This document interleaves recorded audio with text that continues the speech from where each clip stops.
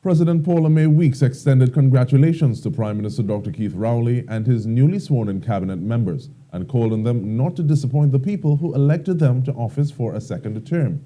In delivering her address during the swearing-in ceremony at President's House on Wednesday, President Weekes said the government has been given the opportunity to complete, continue, redirect, and correct plans and policies.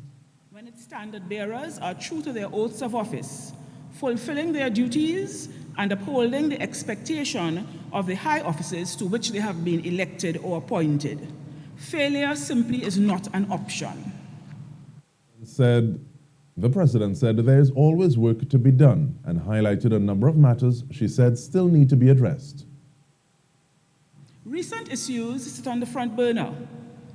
For example, COVID-19 and illegal immigration.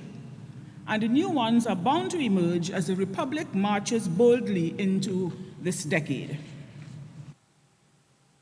The Tobago Business Chamber is congratulating the new government and the newly sworn ministers and senators. Leader of the chamber, Martin George, however, is challenging the Prime Minister to include a new ministerial portfolio.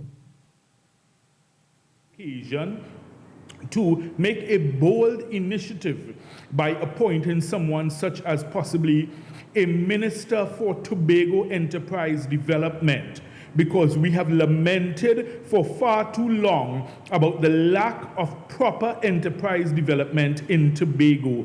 And unfortunately, despite the best efforts of the Tobago House of Assembly, thus far we can see very little fruit to bear from their efforts. Mr. George says that with the upcoming THA elections, it should be feasible to give ample thought to such an appointment.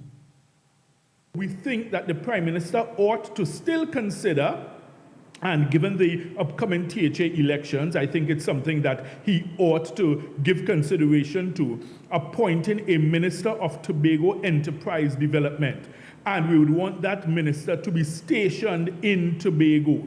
That way, the minister could then liaise with all relevant parties and ensure that there's an independent approach to the enterprise development that Tobago needs.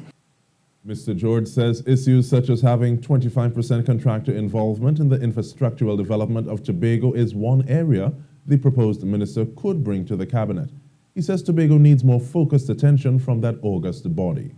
Our members and other persons in Tobago complain that the two Tobago representatives do not appear to be championing the cause of Tobago enough.